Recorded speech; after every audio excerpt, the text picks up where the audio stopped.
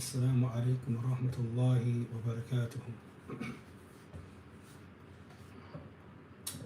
Nah, this is your brother in Islam, Nafis Abu Zayd.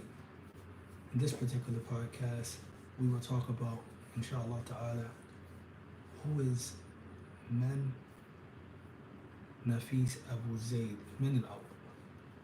Okay? Who is the brother Nafis Abu Zayd?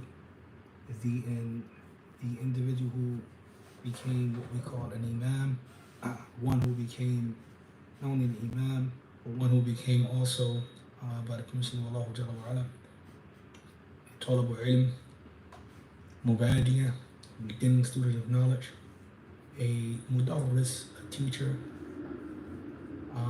also an instructor and a director of a institute, which were physical at first, but became an online institute, and the director of a non-profit organization. I would like to give a little background, if you will, to who is the brother Nafis Abu Zayd. And in this background, bi'ithnillah, we'll be able to learn some things, hopefully. You know, as they say, it was all a dream. And it was, because honestly, I didn't set out to be any of those things by the permission of Allah Jalla wa Ala. I had a little bit of, simple things, not to go delve deeply into my day-to-day childhood life as growing up, or to highlight any areas in where I was, coming from impoverished areas, so forth and so on. That's not the purpose of this particular podcast. So I would like to share with my fellow supporters and followers who have supported me throughout the years in every endeavor that we have embarked upon.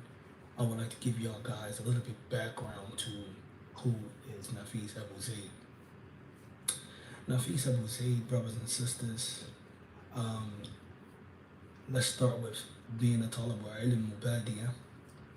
When I began my talaba, then I would say that the spark for the talaba have came in one of my down period areas, and when I was pretty much incarcerated. And during that period, I have met several different people. I have met a brother who by that time have already went overseas, and for whatever reason his circumstances land him in being incarcerated as well. And he used to lead the people into prayer and the salah, and he had a beautiful recitation. And this particular brother, a lot of you might, from Philadelphia area might know of him. And I saw the way that, he would stress the recitation and the importance of learning the Book of Allah. So it placed a certain type of muhabba, love in my heart to want to learn the Book of Allah and learn how to recite the Book of Allah and so forth. So part of that, I always was drawn towards information, knowledge, if you will. When I was younger in school, I always remember when he asked, what do you want to be when you grow up? It was funny enough, I would always say I wanted to be a preacher. And I don't really come from a strong Christian foundation or background, but I did used to visit Sunday schools, on the weekend and so forth like that. And I just found talking about God, I was always fascinated about that topic. Also, when I was in group homes and different placements, I would also try to get my hands on books like philosophies and sort of things like that. Anything that, that made the mind a little bit more inquisitive, to want to search out more and things like that. So God was always one of those topics that I was fascinated to talk about, and so this is when my talaba, pretty much the love for it begins with my love of the Quran. And what I would do is I would take my time out. At this time, I didn't really have any ahkam or knowledge of the ahkam of tajweed, the rules of tajweed and so forth. So I would try to recite best as I can, but Allah blessed me with a good memory. And I had a good memory enough to wanted to recite. So one of the favorite surahs that I have taken a liking to at that time, in that time period, was Surah Shams.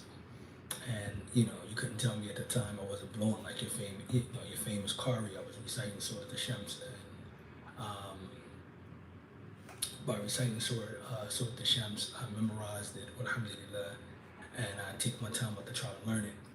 And I used to stay reciting it, and I also began to memorize the first, I believe, page of Surah Rahman, the 55th chapter of the Quran. But in these circumstances, I always find myself uh, teaching individuals, sharing what I learned, information that I come across. I will just disseminate it back to the people, and I always was good at being a reader. I used to love to read. So interestingly enough, this is where my talibah normally begin. So alhamdulillah, fast forward a little bit, Allah subhanahu wa ta'ala blessed me to meet an individual, rahimahullah, who I have spent one month in Ramadan in i'tikaf with this particular brother.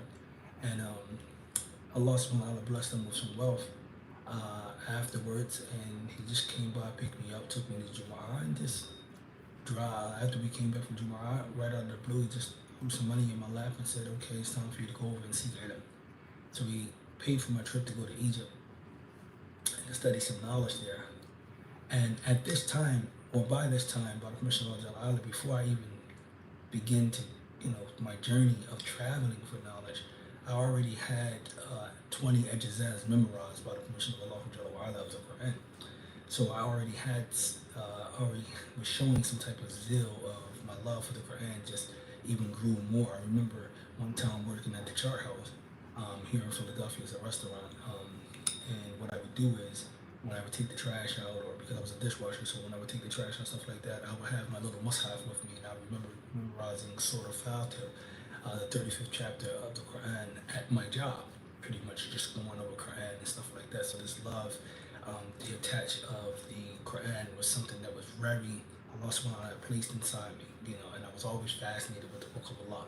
Even when I have taken Shahada when I was about 14 years old, one of the strongest verses in the Quran that actually hit me was the verse that comes in Surah Al-Baqarah, where Allah Jalla wa Ala, and I believe, I want to say that it is actually verse 23. Allah Jalla wa Ala, He mentions that وَإِن كُنْتُمْ فِي رَيْبٍ مِّمَّا نَزَّلْنَا عَلَى عَبْدِنَا فَأْتُوا بِسُورَةٍ مِّثْلِهِ وادعوا شهداءكم من دون الله إن كنتم صادقين إن لم تفعلوا ولن تفعلوا فاتقوا النار التي وقودها الناس والحجارة وعدت للكافرين. And these beautiful verses, Allah subhanahu wa ta'ala, and this is before I even taken Shahada by the permission of Allah ta'ala when I was 14 years old, but it touched me even when I was reading the English words. I didn't know Arabic at this time. I did learn the Arabic alphabet at the age of 14. I did learn how to join the words together and read at the age of 14.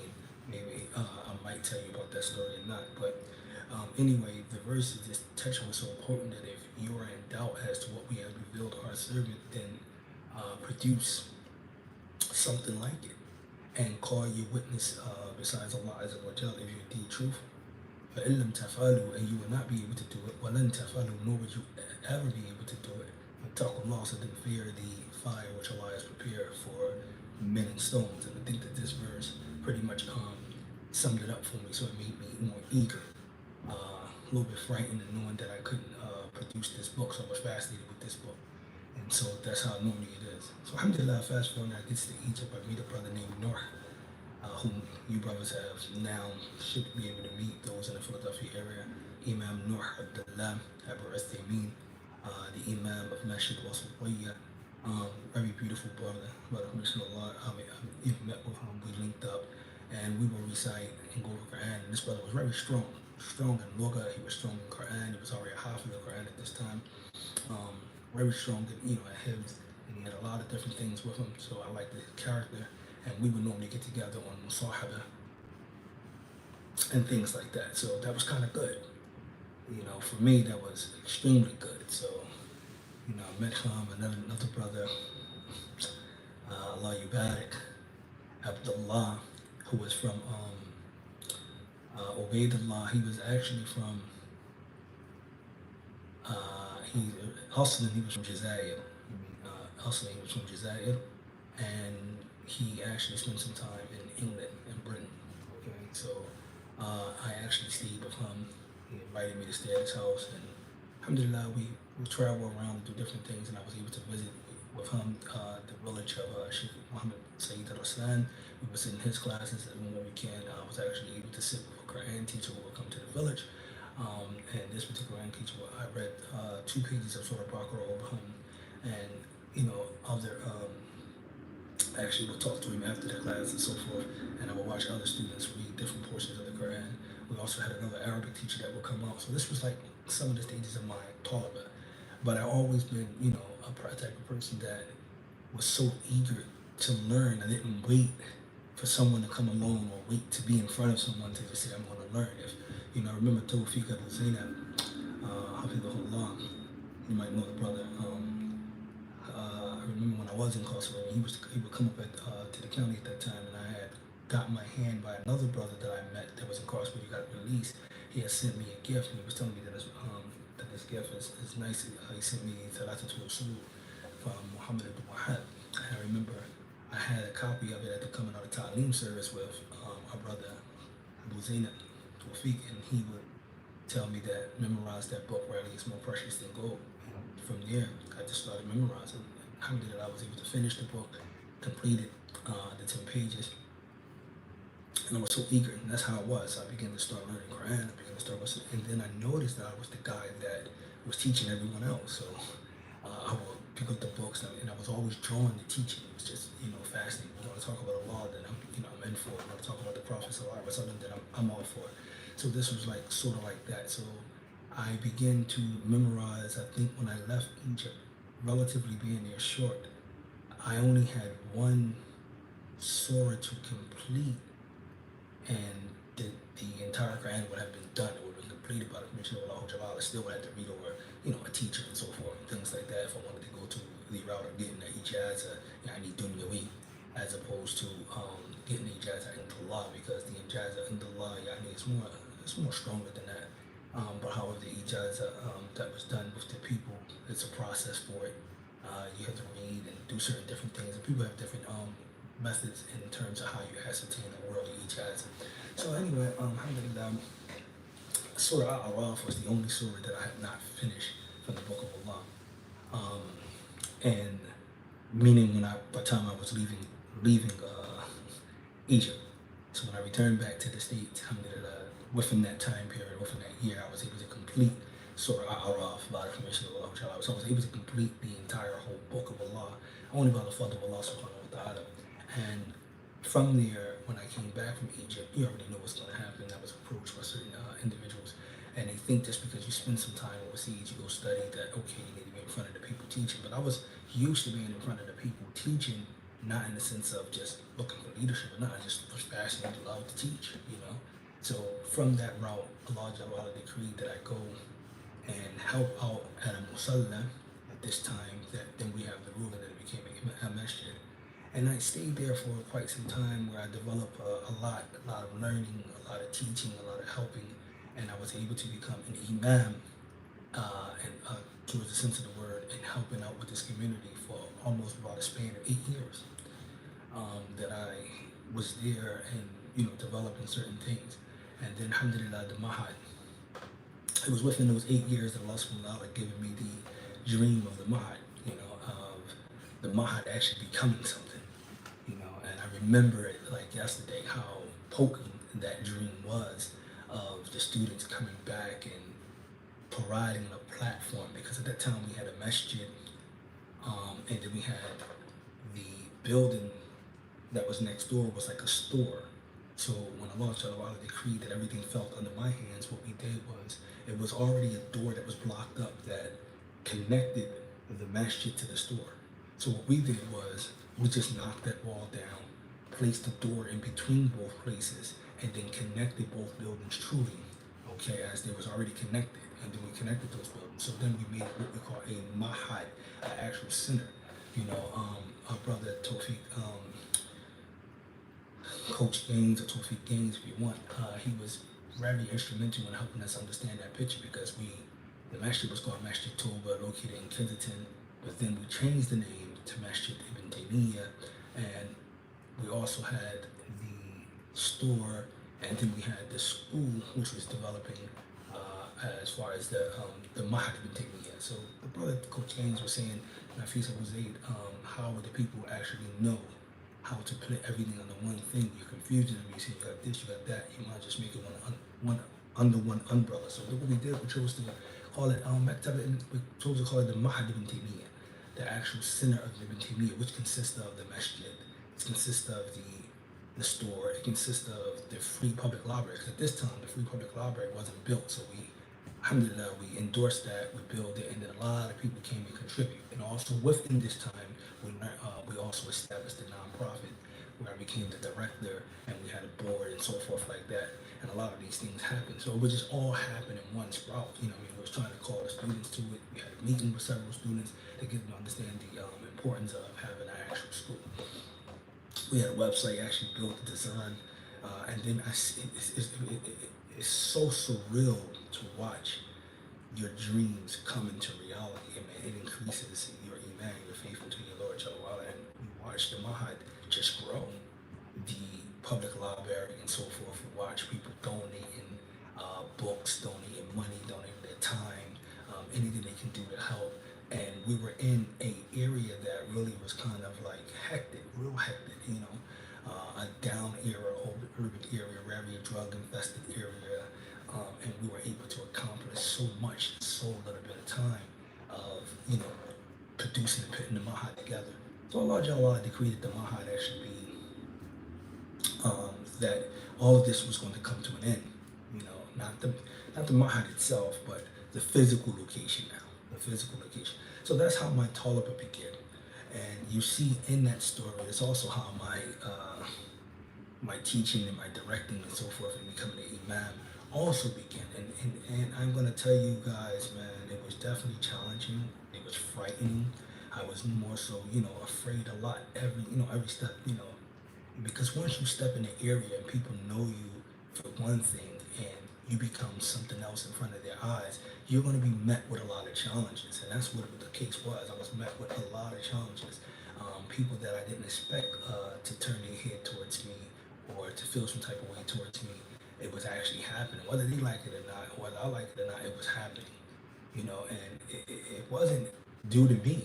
You know, it was just, you know, Allah subhanahu wa ta'ala placed this love, you know, a love of his book, a love of the deen, and teaching and educating people. That's something that Allah subhanahu wa ta'ala has placed. That wasn't something because, you know, Nafis Abu Zayd, was the individual who was taking credit for this. It wasn't that. I mean, in that area and at that time, I was the one who was had the time and was willing to put in the you know, all of the effort and strive so that we can become a beacon within that community by the permission of Allah.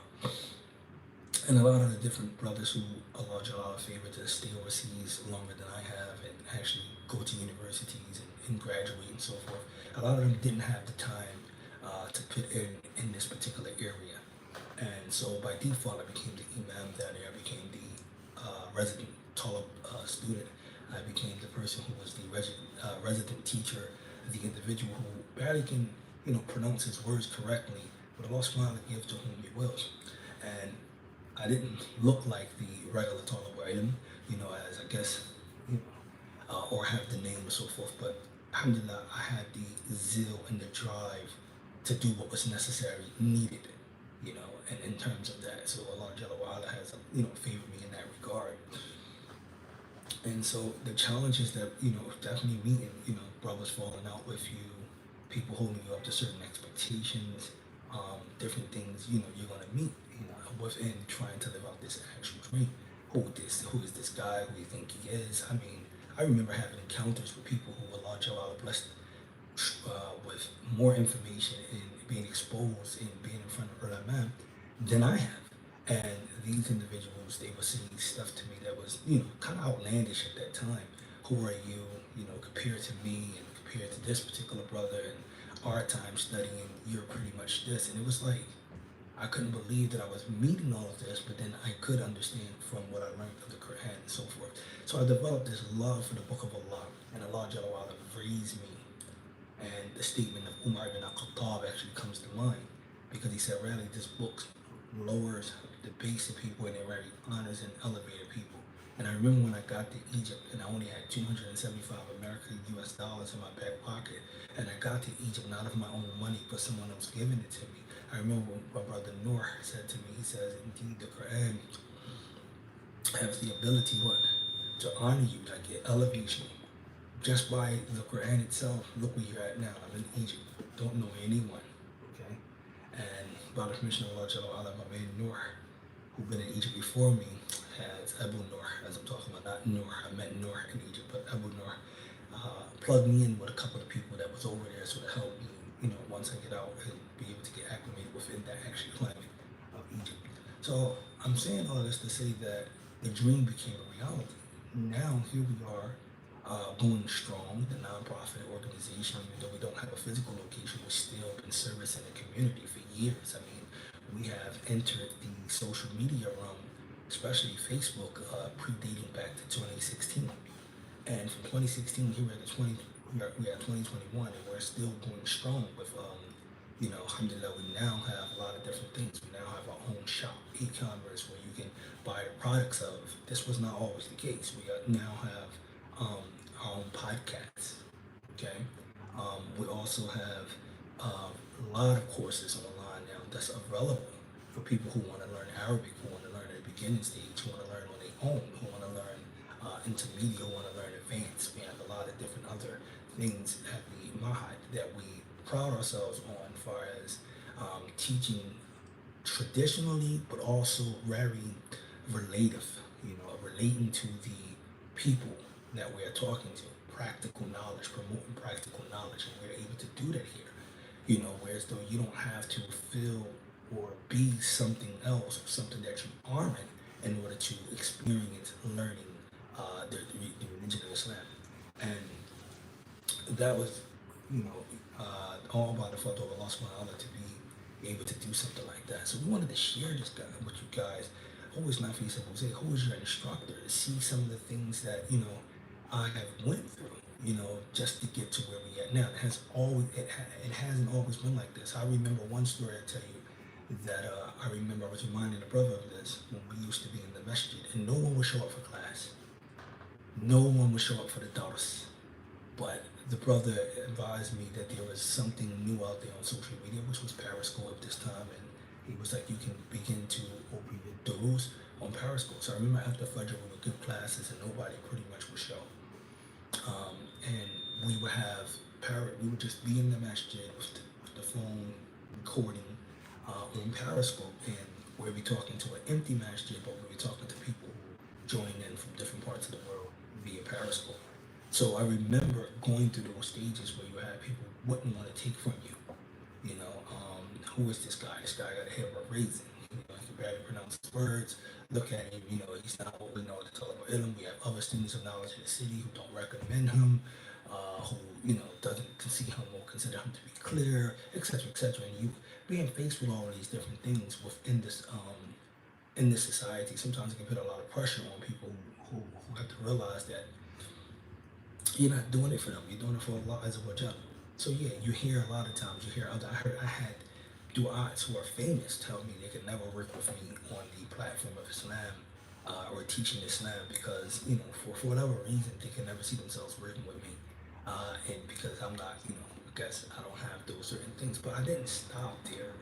And I'm saying all of this as a way of encouragement, not for no sympathy, anything like that, or to pick the person who said this on avoiding the names on blast. I'm just saying this, that you should never stop what you believe in because someone else said something or someone else feels some type of way about you. You should continue to strive if that's wholeheartedly what you believe in, and let Allah Jalla do the rest, because Allah subhanahu wa ta'ala is the one who raises you and lowers you. He's the one who grants you izzah and the one who actually dishonor you. He grants you honor and he's the one who grants you power or status, whatever. So let that be the driving force behind it. Now look at the Mahad ibn Taymiyyah. It's an actual reality. We was a part of the night shift, where we was able to come in and try to bring some clarity to all of the different things that was going on in well, many Muslim communities, even abroad, in Britain and London, where a lot of fanaticism was creeping into Islam, a lot of backward principles that were being taught, a lot of shakhsiyya, personality chasing and worshiping all of these different things, a lot of putting forth scholars over other scholars. We were able to come in by the permission of Allah and deal with that, and I'm glad to be a part of that particular process, not as, to bash anyone or to bash our fellow brothers or to highlight people's mistakes, but these are things that we were able to be a part of. So I thank you guys, all the people who are supporting and continue to support the mod. If you want to know about Nafis Abu Zayd in terms of who is he, who was his teacher, who he studied with, who he learned with, all you need to know is that Allah subhanahu wa ta'ala gives to whom he wills. I try to give you a little bit of background as to who I am, where my talibah began, and how I am at this place where I'm at now, all due to what Allah subhanahu wa ta'ala has chosen to give me and not because of what I have. Hopefully you enjoyed this particular podcast, and you get a little bit of, get to know me a little bit more. I'm just a regular smoke, just like you, a regular guy. I would rather be known as a regular guy who was a beginning student of knowledge than known as this big student of knowledge who is distant and abstract from the people that he's teaching. No, I want to be very relatable, reluctable to his teaching. As Sheikh Muhammad Nasruddin al-Albani rahmatullahi ta'ala alayhi, it's a story, I will finish with that, how he used to be on campus when he was invited to teach at the University of Medina. He would actually spend his lunch with the actual students as opposed to spending it with the teachers. You understand? So developing that love and connection with the people that you're supposed to be teaching. This is something that we all have to look at. Hopefully you guys was able to benefit from this podcast. I know it's really relatively short. It wasn't that long. We'll try to keep it in 30 minutes caps. I thank you guys. Please stay tuned to everything that we got going on at the Mahad.